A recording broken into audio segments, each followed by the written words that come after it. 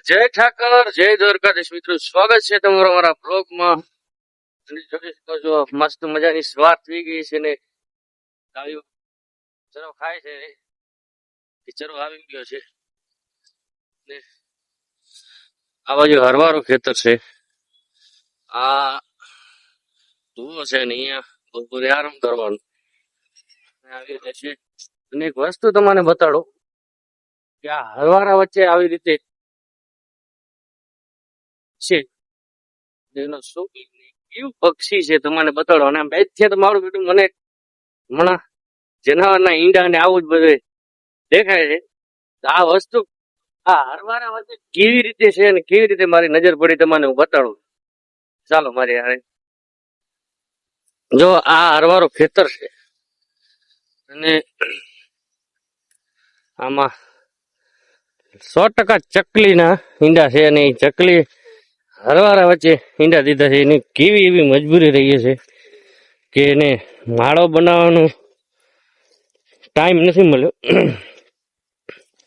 ક્યાં છે અહીંયા ચક છે મારો પગ ના આવી જાય ને કે બધું. હા આ રહ્યા મિત્રો તમને બતાડો જો કેવી રીતે એને ઈંડા દીધા છે. મને બતાડું કેવી રીતે એને બધું બનાવ્યું છે.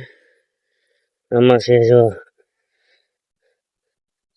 શેના ઈંડા હશે ચેક કરજો પછી કહેજો મને.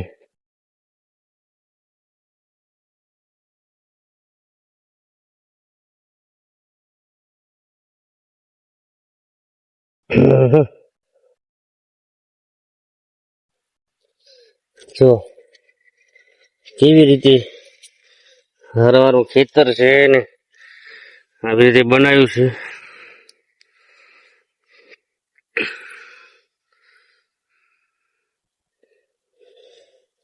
આ ઈંડા છે નાના હે. હા ઝીણકા ટીટુડીના તો નથી, બીજું કોઈક જનાવર છે, ચકલીના હશે કદાચ.